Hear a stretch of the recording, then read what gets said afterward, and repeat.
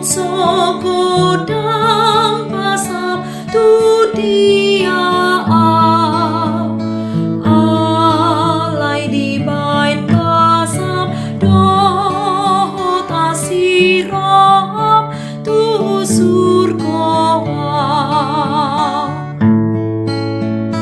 mau lihat tema di ho di bata alam pasang si bahendalani marhite anakmi tu banua.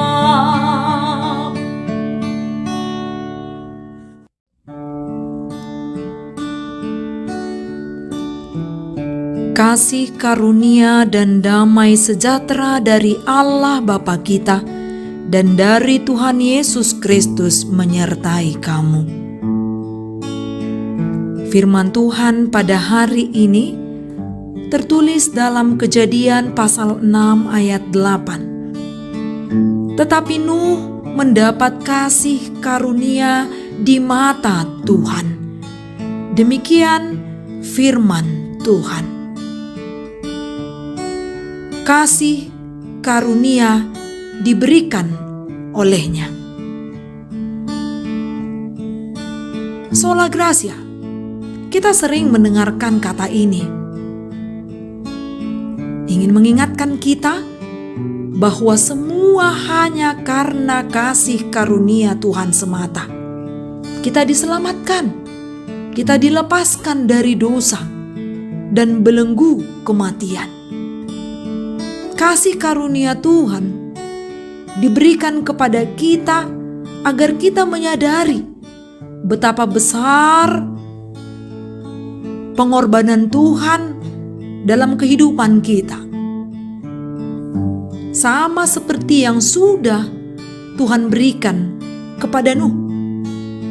Kita tahu mulai dari masa kejatuhan manusia dalam dosa sejak Adam dan Hawa, dosa itu semakin beranak cucu sampai kepada zaman Nuh.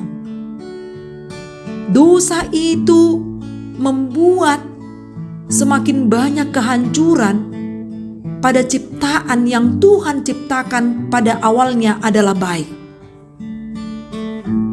Manusia bertambah, banyak anak,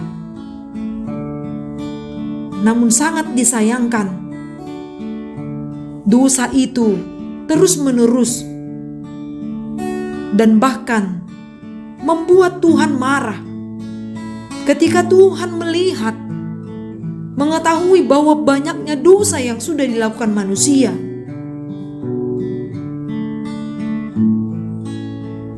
Menyesallah Tuhan bahwa Ia telah menjadikan manusia. Sempat Ia berfirman dengan mengatakan, "Aku akan menghapuskan manusia yang telah kuciptakan itu dari muka bumi, baik manusia maupun hewan, dan binatang-binatang melata, dan burung-burung di udara."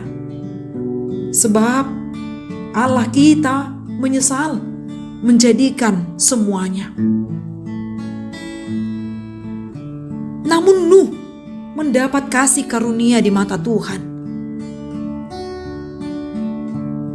Itu artinya meskipun berada di tengah-tengah dunia yang telah rusak secara moral dan spiritual, Nuh tetap mampu menjaga kualitas hidupnya agar berkenan kepada Tuhan. Melalui kualitas hidup inilah Nuh dikehendaki oleh Tuhan, dipercayakan oleh Tuhan menerima kasih karunia. Kita diajak untuk melihat kualitas hidup Nuh. Bagaimana dengan kualitas hidup kita? Agar kita mau hidup juga berkualitas di tengah-tengah dunia yang telah rusak. Baik itu rusak secara moral dan spiritual.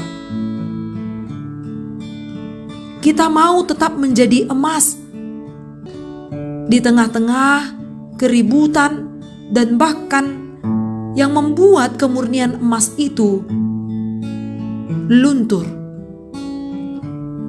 Sebagaimana dalam Roma pasal 12 ayat 2 dikatakan, "Janganlah kamu menjadi serupa dengan dunia ini, tetapi berubahlah oleh pembaruan budimu, sehingga kamu dapat membedakan manakah kehendak Allah, apa yang baik, yang berkenan kepada Allah, dan yang sempurna."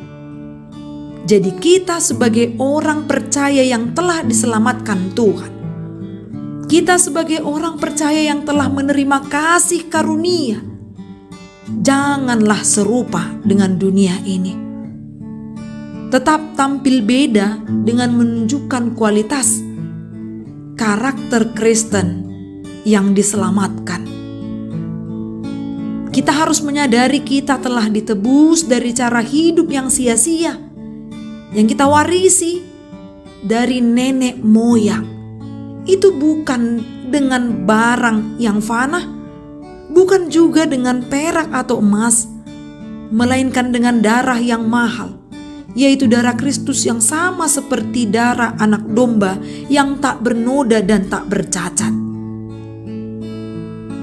Pujilah Tuhan yang memberikan kasih karunia-Nya. Amin. Salam sehat.